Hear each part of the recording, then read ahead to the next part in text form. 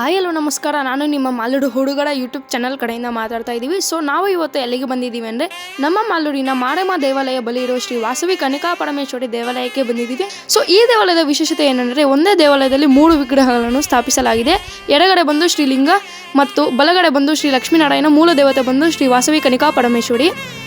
So ಗುರು, ನೀವೇ ನೋಡ್ತಾ ಇದ್ದೀರಲ್ಲ, ಈ ದೇವಾಲಯದ ಬಗ್ಗೆ ಹೇಳಬೇಕಂತ ಅವಶ್ಯಕತೆನೇ ಇಲ್ಲ. ಯಾರ್ಯಾರಿಗೆ ಈ ದೇವಾಲಯದ ಬಗ್ಗೆ ಗೊತ್ತಿಲ್ಲೋ ದಯವಿಟ್ಟು ಒಂದು ಸರಿ ಈ ದೇವಾಲಯಕ್ಕೆ ಬಂದು ವಿಸಿಟ್ ಮಾಡಿ ಹೋಗಿ. ನಾನು ಈ ದೇವಾಲಯದ ಒಳಗಡೆ ಕೆಲವು ಕ್ಲಿಪ್ಸನ್ನು ತೆಗೆದಿದ್ದೀನಿ. ಈ ಕೆಲವು ಕ್ಲಿಪ್ಸನ್ನು ಈಗ ಹಾಕ್ತೀನಿ, ನೀವೇ ನೋಡಿ.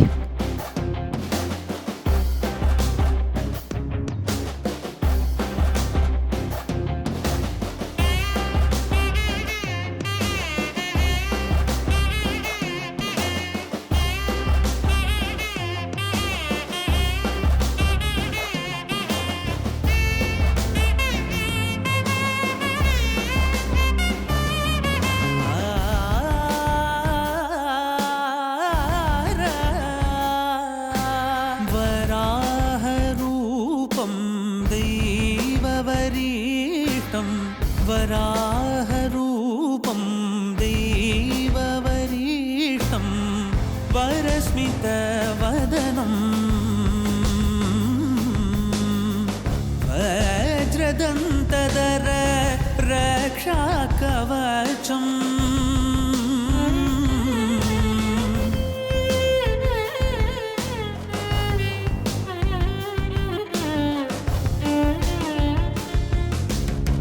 शिवसम्भूत भुवि संजात ನಂಬಿದವಗಿಂಬು ಕೊಡುವವನೀತ ಸಾವಿರ ದೈವದ ಮನ ಸಂಪ್ರೀತ ಬೇಡುತ್ತ ನಿಂದೆವು ಆರಾಧಿಸುತ್ತ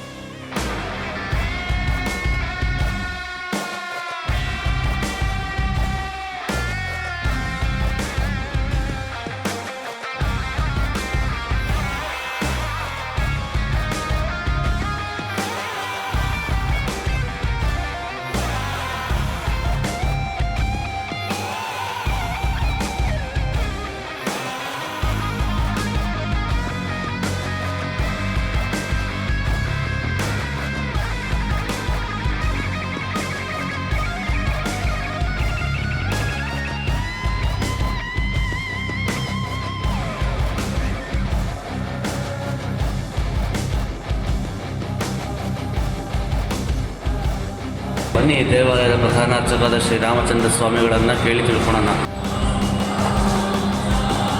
ಜೈ ವಾಸವಿ ವಾಸವಿ ಕನ್ನಿಕಾಂಬಂ ಜ್ಞಾನಸಿದ್ಧಿಪ್ರದಾಯಿನಿಂ ಆರ್ಯ ವೈಶ್ಯ ಕುಲವಿತಂ ಸುಗದಾ ಪಮಾಮ್ಯಹಂ. ಶ್ರೀ ವಾಸವಿ ಕನ್ನಿಕಾ ಪರಮೇಶ್ವರಿ ಪ್ರತಿಷ್ಠಾಪನೆ ಹಾಗೂ ಕುಂಭಾಭಿಷೇಕ ಮಹೋತ್ಸವವನ್ನು ಶ್ರೀ ವಾಸವಿ ಪೀಠಾಧಿಪತಿಗಳಾದ ಶ್ರೀ ಶ್ರೀ ಶ್ರೀ ಸಚ್ಚಿದಾನಂದ ಸರಸ್ವತಿ ಸ್ವಾಮಿಗಳ ಅಮೃತಹಸ್ತದಿಂದ ದಿನಾಂಕ 22/11/2021 ನೆರವೇರಿಸಲಾಯಿತು.